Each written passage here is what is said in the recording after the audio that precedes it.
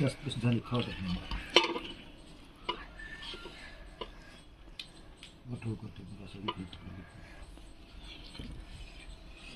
दुसरे न खाता देते तर वाटोळ करायचं का आपण?